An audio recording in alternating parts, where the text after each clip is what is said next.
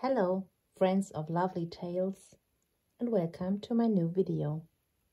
Today I am going to read for you from the complete Winnie the Pooh book. I hope you enjoy it and you subscribe my channel.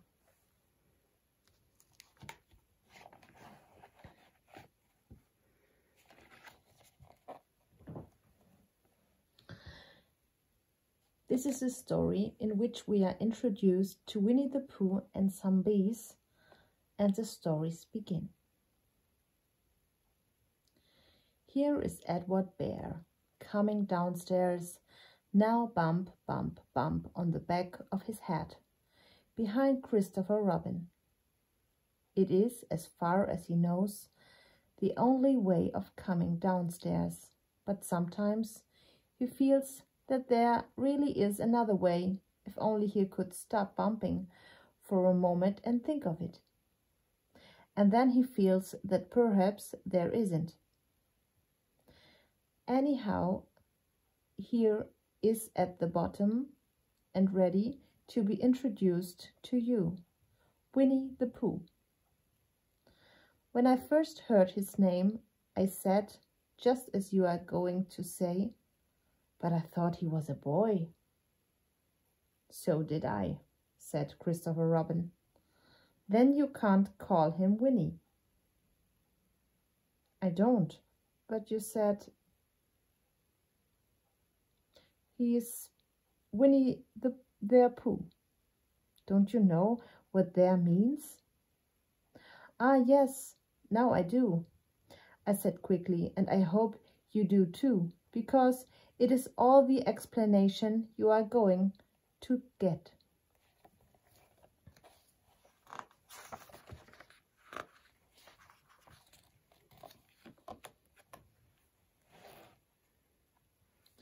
Sometimes Winnie the Pooh likes a game of some sort when he comes downstairs, and sometimes he likes to sit quietly in front of the fire and listen to a story. This evening. What about a story? Said Christopher Robin. What about a story? I said. Could you very sweetly tell Winnie the Pooh one? I suppose I could, I said. What sort of stories does he like? About himself, because he's that sort of bear. Oh, I see. So could you very sweetly? I'll try, I said. So I tried. Once upon a time, a very long time ago now, about last Friday, Winnie the Pooh lived in a forest all by himself under the name of Sanders. It means he had the name over the door in gold letters and lived under it. Winnie the Pooh wasn't quite sure, said Christopher Robin. Now I am, said I growly voice. Then I will go on, said I. One day when he was out walking, he came to an open place in the middle of the forest, and in the middle of this place was a large oak tree, and from the top of the tree there came a loud buzzing noise. Winnie the Pooh sat down at the foot of the tree, put his head between his paws, and began to think. First of all he said to himself, that buzzing noise means something. You don't get a buzzing noise like that, just buzzing and buzzing, without its meaning something. If there's a buzzing noise, somebody's making a buzzing noise, and the only reason for making a buzzing noise that I know of is because you're a bee. Then he thought another long time and said, and the only reason for being a bee that I know of is making honey. And then he got up and said, and the only reason for making honey is so as I can eat it. So he began to climb the tree. He climbed and climbed, and he climbed and he climbed, and as he climbed, he sang a little song to himself. It went like this. Isn't it funny how a bear likes honey? Buzz, buzz, buzz. I wonder why he does.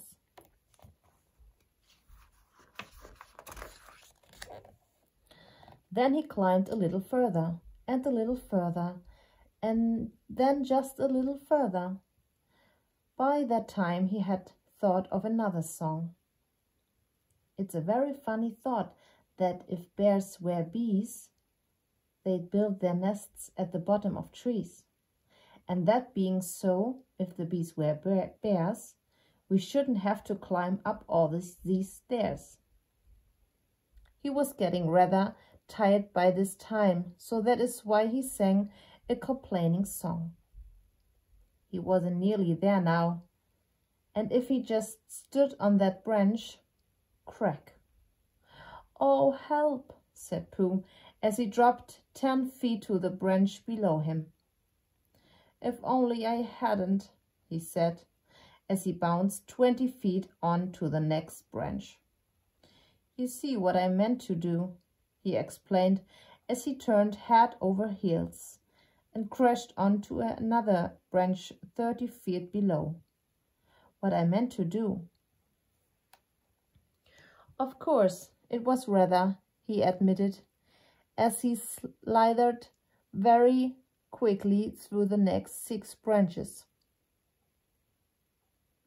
It all comes, I suppose, he decided, as he said goodbye to the last branch, spun round 3 times and flew gracefully into a gorse bush. It all comes of liking honey so much. Oh, help! He crawled out of the gorse bush, brushed the prickles from his nose, and began to think again. And the first person he thought of was Christopher Robin. Was that me? Said Christopher Robin in an odd voice, hardly daring to believe it. That was you. Christopher Robin said nothing, but his eyes got larger and larger, and his face got pinker and pinker. So Winnie the Pooh went round to his friend Christopher Robin, who lived behind a green door in another part of the forest. Good morning, Christopher Robin, he said.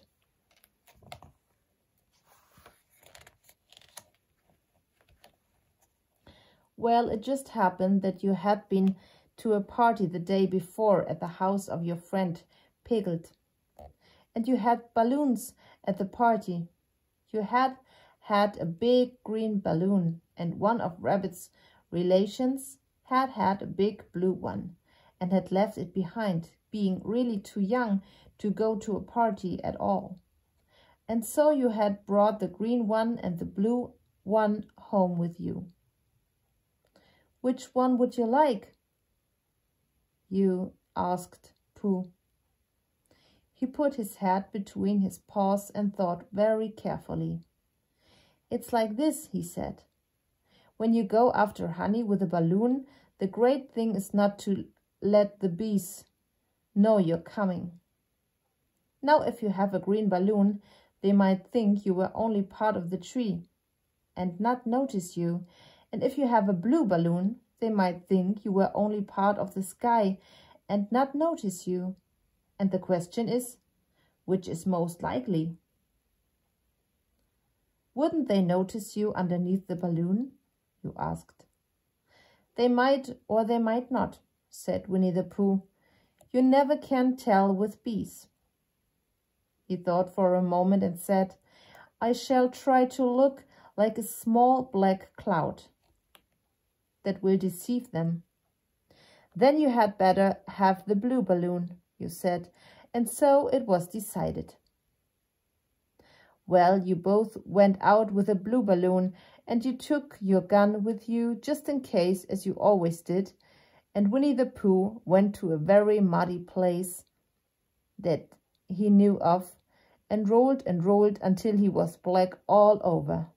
And then, when the balloon was blown up as big, and you and Pooh were both holding on to the string, you let go suddenly, and Pooh Bear floated gracefully up into the sky and stayed there, level with the top of the tree and about 20 feet away from it. "Hooray!" you shouted. "Isn't that fine?" shouted Winnie the Pooh. "Down to you. What do I look like?"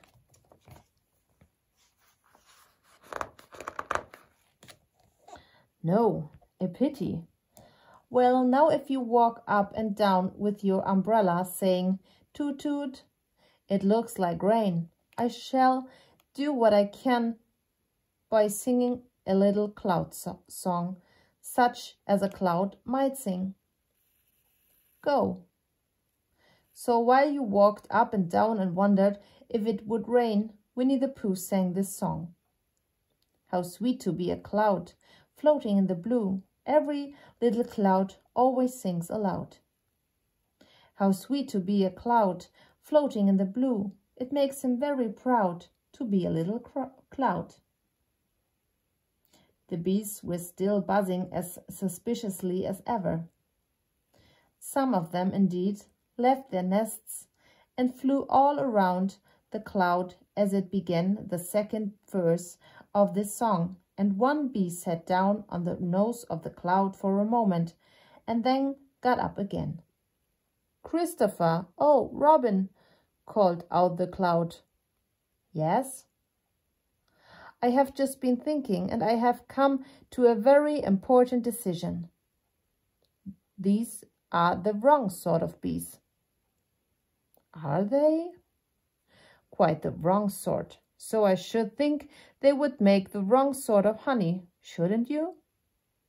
"Would they?" "Yes, so I think I shall calm down." "How?" asked you. Winnie the Pooh hadn't thought about this. If he let go of the string, he would fall. Bump. And he didn't like the idea of that. So he thought for a long time, and then he said, "Christopher Robin, you must shoot the balloon with your gun. Have you got your gun?" "Of course I have," you said. "But if I do that, it would spoil the balloon," you said.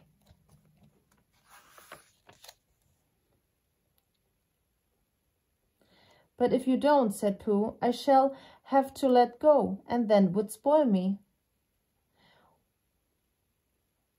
When he put it like this, you saw how it was, and you aimed very carefully at the balloon and fired.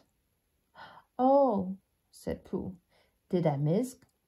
you asked.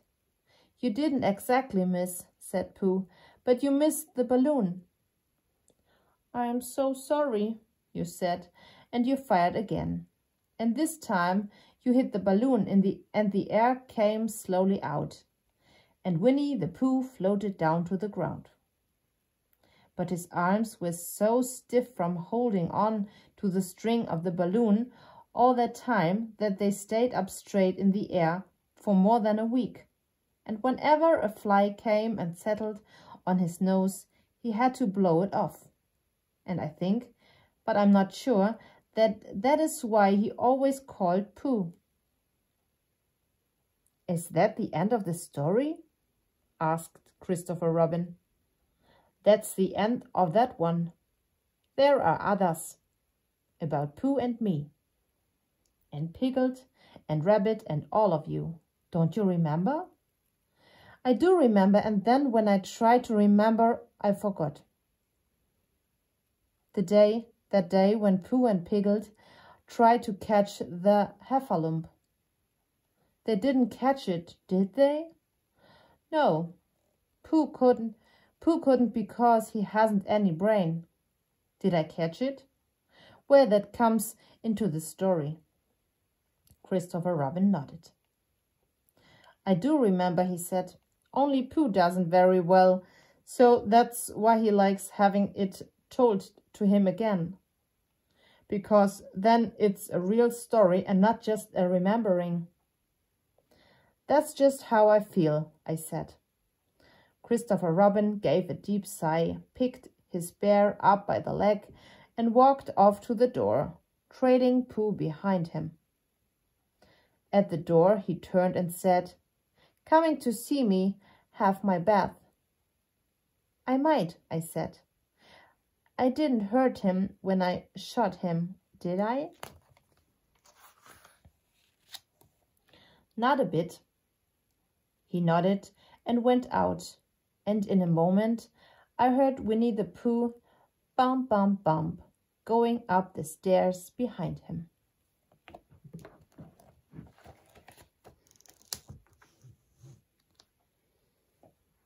If you liked the video, I hope you subscribe my channel. See you next time.